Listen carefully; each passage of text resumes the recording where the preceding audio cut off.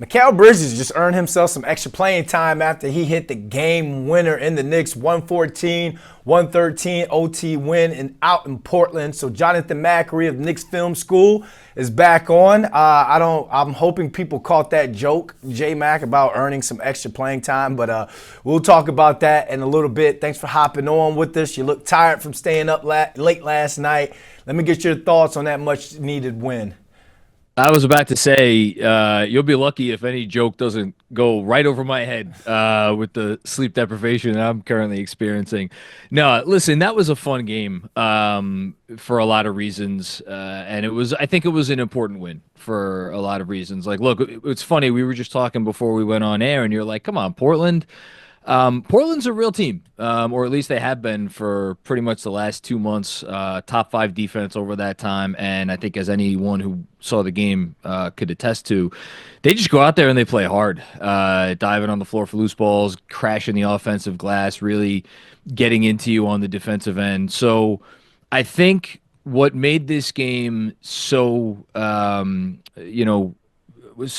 I came away from the game feeling so good, despite everything that happened yesterday, which I know we're going to get into, is if you have a team that has culture issues, that has serious locker room issues on the road against a team like that Blazer team with what they bring to the table, I think you're gonna see that team fold in a heartbeat.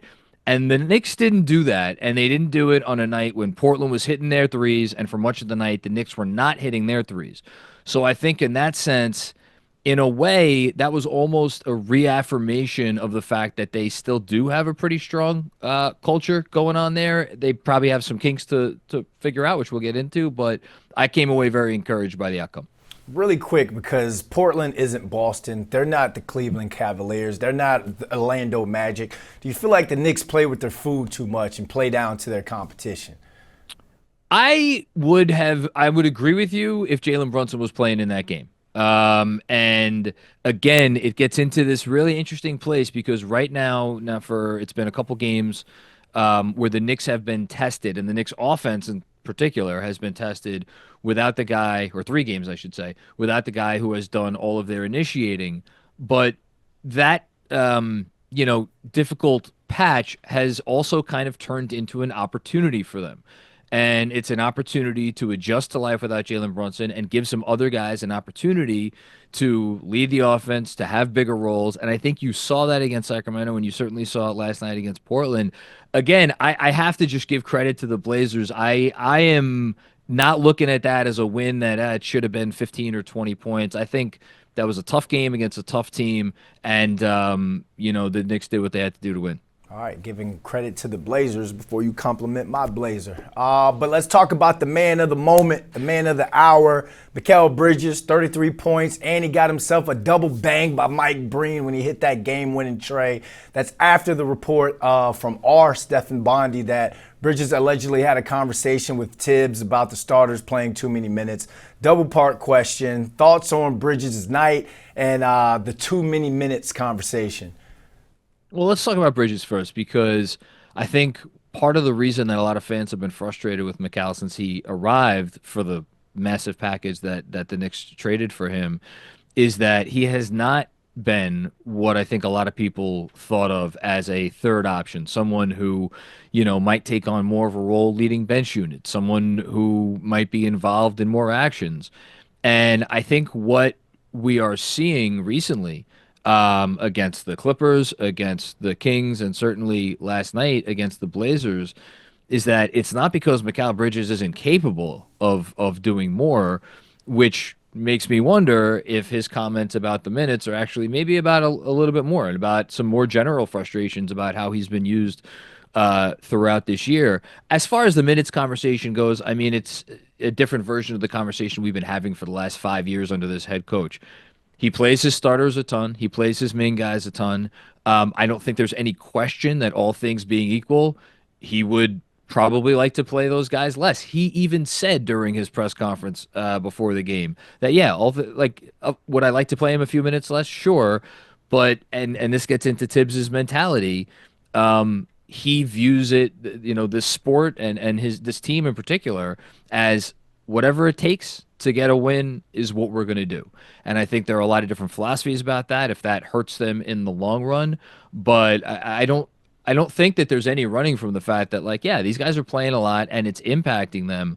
Ultimately, the question is, are they going to be tired come playoff time? Because that's going to be where the coach and the team is ultimately judged. Let's go even deeper on Tibbs's comments, man, because I mean, you got guys like KG, you got guys, former players that have come out and said, like, this dude just runs us into the ground. I understand the fans like it and love it because a lot of people are like, oh, you're getting X amount of millions of dollars. You should be out there playing to play for that contract. But like you said, the playoffs count, especially when we're talking about a Knicks team that hasn't won it all since the 70s.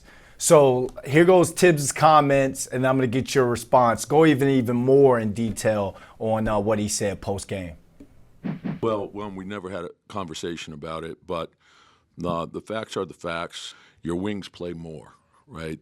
So they're matched up with primary scorers. So the way it works is if Jason Tatum is in the game and Jalen Brown is in the game, OG will be in the game and Mikal will be in the game. Yeah, so Tibbs, I mean, and he talks about this stuff all the time because the media asks him about it all the time. And I think what came through very clearly from his comments in response to Mikal Bridges' comments is that he's annoyed.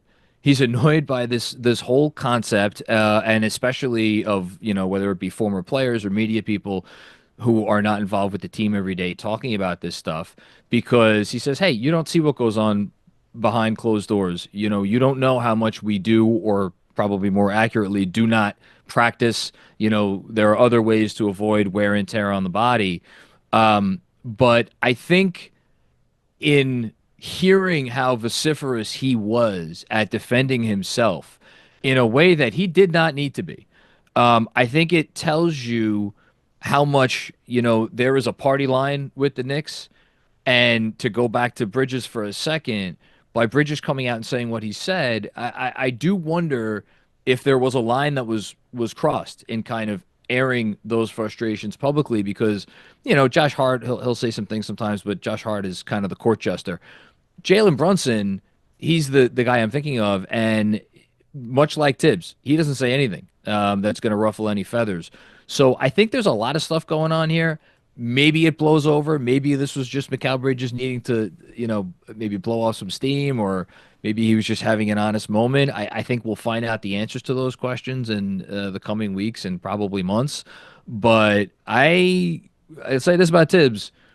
He's not going to change. He might be out of a job, but I don't think he's ever going to adjust if what he believes gives his team the best path to success, which is all it ever comes down to for him.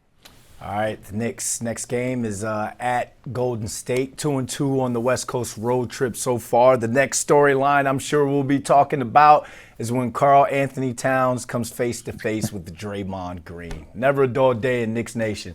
J-Mac, appreciate you hopping on with us. Appreciate you, my man.